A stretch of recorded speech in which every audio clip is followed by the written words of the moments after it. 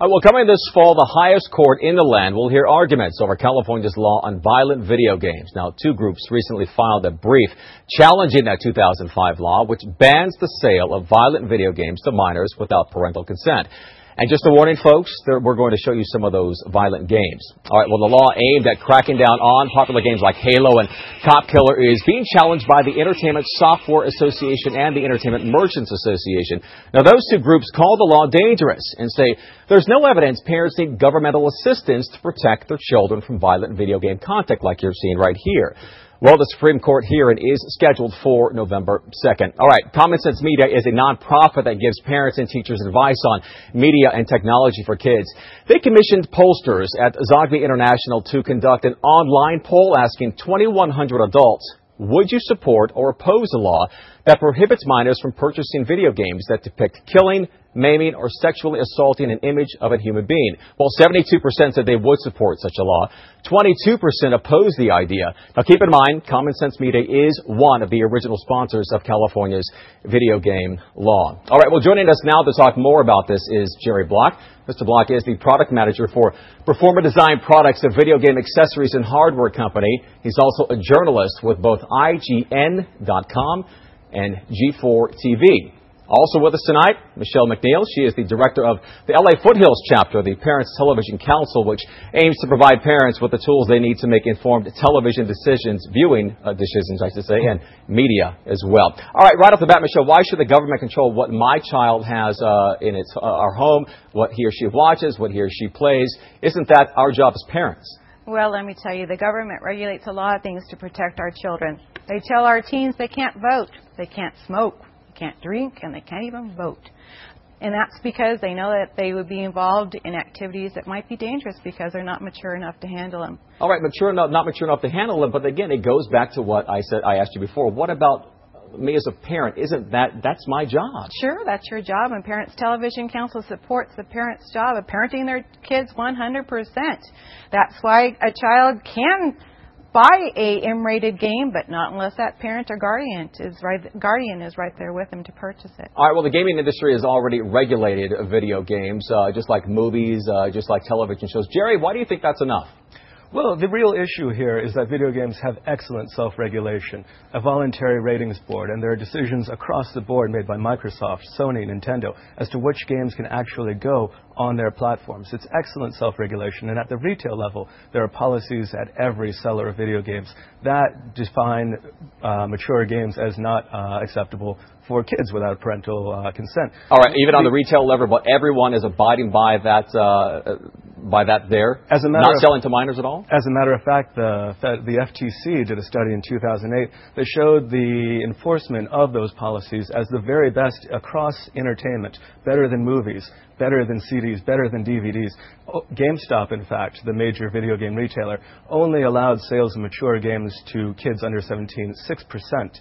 The very best. Michelle, why don't you jump on in here and tell me how diligent the retailers, at least your commission has found, how diligent are they or not? Well, we did our own little Parents Television Council secret shopper sting in 2008, and we found that the retailers were not always real honest about asking their customers for ID when they go and buy their M-rated games. In fact, 36% of the retailers that we went into their stores with underage kids to buy M-rated games, they went ahead and sold it to them without any ID requested.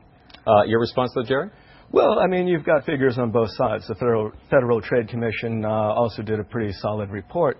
The real issue here is the issue of the First Amendment and how it applies to video games. Regulating this issue would separate video games as the only form of entertainment that is not fully protected by the First Amendment.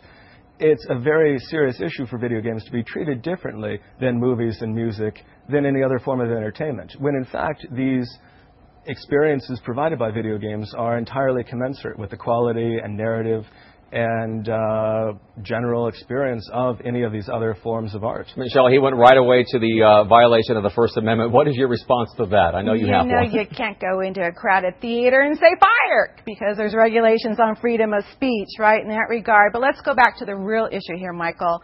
I think the real issue is that this went before the voters of California in 2005. Very well-meaning people put this on the ballot. Well-respected organizations like the Girl Scouts of America supported this along with the Parents Television Council. We voted on it as California voters. It passed. And now why is the Ninth Circuit Court of Appeals disallowing our vote? All right, well, Michelle, you talked about the people. Most gamers know about the impending showdown in the Supreme Court. So we caught up with a few today outside of a video game store and asked if violent games should only be sold with a parent's consent. Take a listen. The whole 17, I've been playing these video games since I was 13. I mean, I'm not going to go out killing people, but there's many kids out here, and a lot of them are not the brightest kids, so I think it's all right. Why? Because a lot of the games are really violent for kids that are young. Yeah, they actually wanted to play a couple of times, then they got bored and left. So they didn't think it was that violent? No, because they know I was a strong-minded person. I wouldn't take into it. I mean, they should at least be monitoring it. Maybe not necessarily, have to play the whole game themselves, but there's a lot of informative clerks and stuff that can, tell the parents about certain scenes and stuff that may not want the kids to watch or see, and maybe just get a little bit more information on it. Even online, it'll tell you all that stuff. So overall, would you... All right, so here's something I'd like both of you to react to if you could. Stan Lee, the creator of comic book icons like Spider-Man and the Hulk, well, he opposes the law and is calling on gamers to stand up for their rights by opposing this law. In a statement released on the web, Lee says, quote, in the 1950s, there was a national hysteria about the so-called dangerous effect comic books were having on our nation's youth. Substitute video games for comic books, and you've got a 21st century replay of the craziness of the 1950s, unquote. Michelle? I think he's comparing apples and oranges here. Looking at a comic book for 15 to 30 minutes is much different than the interactive play inside of a video game with a child watching or doing that video game interactively for an hour, 2, 3, 4, 5 hours consistently throughout the day. All right, and how about your response to the quote there, Jerry? The real, I say he's making an excellent point. The issue of video games and interactivity being a different experience and witnessing much more graphic violence occurring to real people in movies.